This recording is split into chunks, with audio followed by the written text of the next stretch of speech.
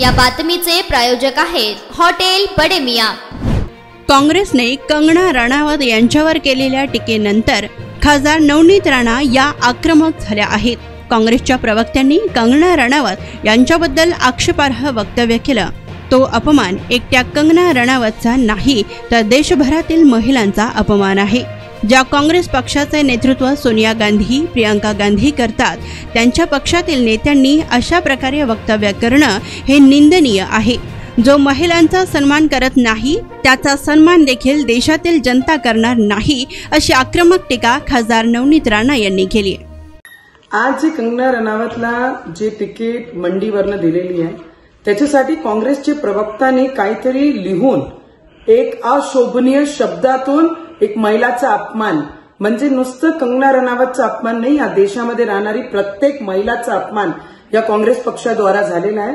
आणि त्या पक्षाने, त्या पक्षाच्या नेत्यांनी असा अपमान केलेला आहे ज्या पक्षामध्ये इंदिरा गांधीजी जसे नेते लीडरनी या देशाला लीड केलेली आहे, त्याच्यासोबत आज काँग्रेस पक्षाला जे लीड करत आहे सोनिया गांधीजी, प्रियंका गांधीजी या पक्षामध्ये आहे, त्या पक्षांनी एक महिलाचा या शब्दांनी अपमान करणं मला वाटते आज शोभनीय, निंदनीय आहे। आणि हिचा आम्ही कडक शब्दांनी पूर्ण देशची महिला विषयचं हा सब्जेक्टचा निषेध करतो।